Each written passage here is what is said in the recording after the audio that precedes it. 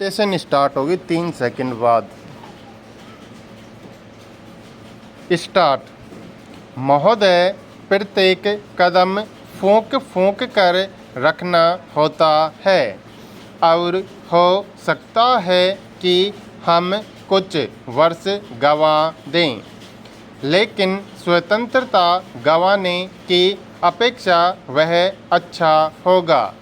स्वतंत्रता का अर्थ केवल अपनी सरकार होना नहीं होता, बल्कि उसका अर्थ होता है कि हम निर्णय स्वयं कर सकें।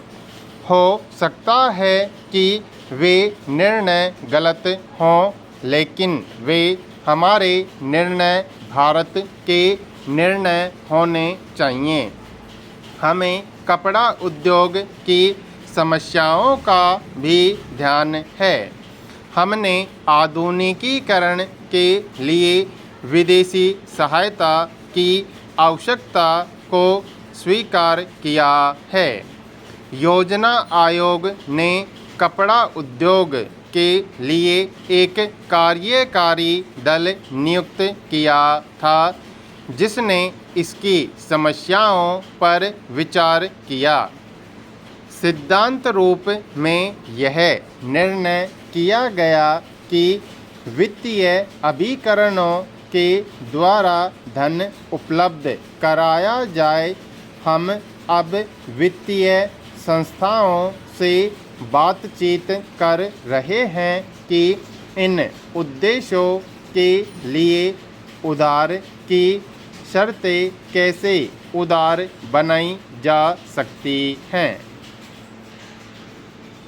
आपने बेंगलुरु की घटनाओं और बम्बई में लिए गए हमारे कुछ निर्णयों की भी चर्चा की है। आप यह भूल गए हैं कि वे निर्णय वास्तव में कांग्रेस द्वारा पिछले आम चुनावों के शीघ्र बाद किए गए थे।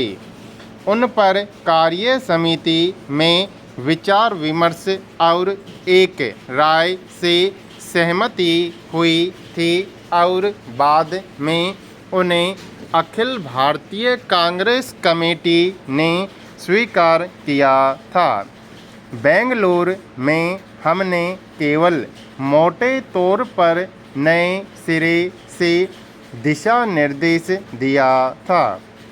इसमें कोई संदेह नहीं कि जब तक देश उस दिशा की ओर न बढ़े, तब तक वह प्रगति नहीं कर सकता। मैं नहीं समझती कि आदर्शवाद और व्यवहारिकता को एक दूसरे से अलग किया जा सकता है। सभी देशों को अपनी प्रगति किसी न किसी सिद्धांत पर आधारित करनी होती है। प्रश्न केवल यह नहीं है कि भारत में क्या हो रहा है, बल्कि प्रश्न परिवर्तन की उस लहर का है जो दुनिया भर में देखी जा सकती है। यहाँ अनुशासन और धैर्य के अभाव के बारे में काफ़ी कुछ कहा गया है। मैं समझती हूँ कि इन शब्दों का प्रयोग करने से पहले आपको इनका अर्थ ठीक से समझ लेना चाहिए। आप शायद इसे अनुशासन कहेंगे कि इंग्लैंड में लोगों से बेगार ली जाती थी और उनसे दुर्व्यवहार किया जाता था, या छोटे छोटे बच्चे अंधेरी खानों में काम करने के लिए जाते थे और अंधे होकर बाहर निकलते थे।